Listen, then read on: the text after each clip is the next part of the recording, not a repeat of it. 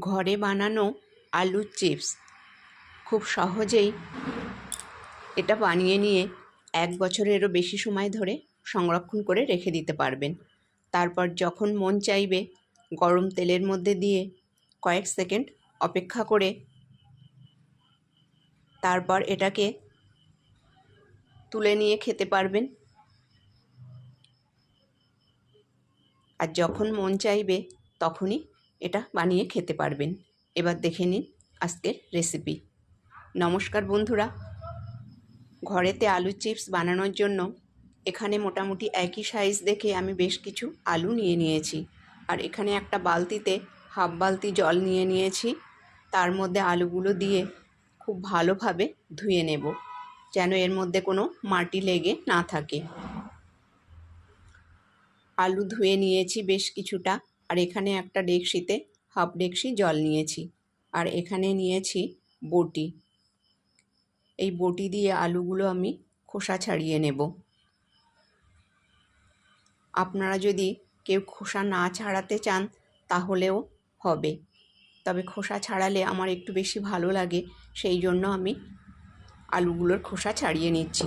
তবে এর মধ্যে যদি অল্প অল্প খোসা থেকে থাকে তাহলেও কোনো অসুবিধা নেই, এটা খেতে সুন্দরই লাগবে। দেখুন আমি এভাবে খোসা ছাড়িয়ে নিয়েছি। এবার এই আলুর দুই দিকের অংশ একটু কেটে বাদ দিয়ে দেব। অল্প একটু কেটে বাদ দিয়ে দিচ্ছি। মাঝখানের এই অংশটা থেকে যদি চিপস বানিয়ে নিই তাহলে চিপসগুলো মোটামুটি একই সাইজের হবে, তাহলে দেখতেও ভালো লাগবে। আর এগুলো যখন ভাজা হবে তখন খুব সহজেই এগুলো ভেজে নিতে পারবেন। সেই জন্য চেষ্টা করবেন মাঝখানের এই অংশটা দিয়ে চিপসগুলো করে নেওয়ার। আর দুই সাইডের অংশ দিয়ে অন্য কিছুও বানিয়ে নিতে পারবেন, কিংবা এভাবেও ওগুলো ব্যবহার করতে পারেন। দেখুন আমি মোটামুটি এরকম পাতলা করেই করেছি। আপনারা চাইলে এর থেকে একটু পাতলা করে নিতে পারবেন। আর এগুলো কেটে সাথে সাথে জলের মধ্যে দিতে হবে, তা না হলে এগুলো দাগ হয়ে যেতে পারে। এভাবে বেশ কিছুটা আমি কেটে নেব। দেখুন এখানে আমি 1 ডেকচি মতন কেটে নিয়েছি। আর জলটা ঘোলা হয়ে গেছে আলুর যে রস থাকে তার জন্য। এবার এটাকে জল পাল্টে পাল্টে 3 থেকে 4 বার খুব ভালো করে ধুয়ে নিতে হবে। দেখুন আলুগুলো খুব সুন্দর করে ধুয়ে নিয়েছি আর জল একেবারেই পরিষ্কার হয়ে গেছে। এবার এগুলো সিদ্ধ করব। গ্যাসে একটা বড় ডেকচি বসিয়ে প্রায় হাফ ডেকচি মতন জল দিয়ে দিয়েছি। আর এটা বেশ ফুটে উঠতে শুরু করেছে, সেরকম সময় দিয়ে দিলাম 3 চামচ মতন লবণ। আর গ্যাসের ফ্লেমটা আমি কমিয়ে দিয়েছি, কারণ এবার এই গরম জলের মধ্যে এই আলুগুলো দেব। জলটা নুন আর জল ভালোভাবে একটু হাতা দিয়ে মিশিয়ে নিয়ে এইভাবে আলুগুলো এর মধ্যে দিয়ে দেব।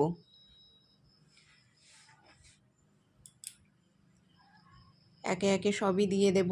পুরো আলুগুলো এর মধ্যে দিয়ে দিলাম।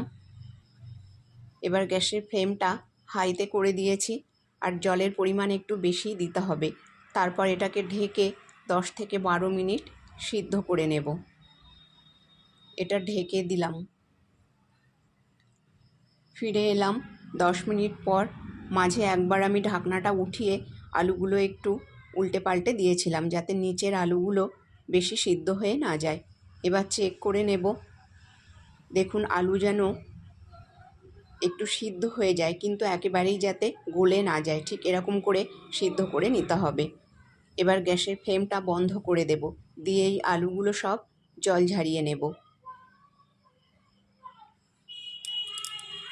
একটা ডেকচির উপর একটা ছিদ্রযুক্ত ডেকচি বসিয়ে দিয়েছি, তার মধ্যে এই আলুগুলো সব ঢেলে দিলাম। দিয়ে দেখুন ভালোভাবে জল ঝারিয়ে নিয়েছি। এবার এই আলুগুলো রৌদ্রে দেব। চলে এসেছি রৌদ্রে।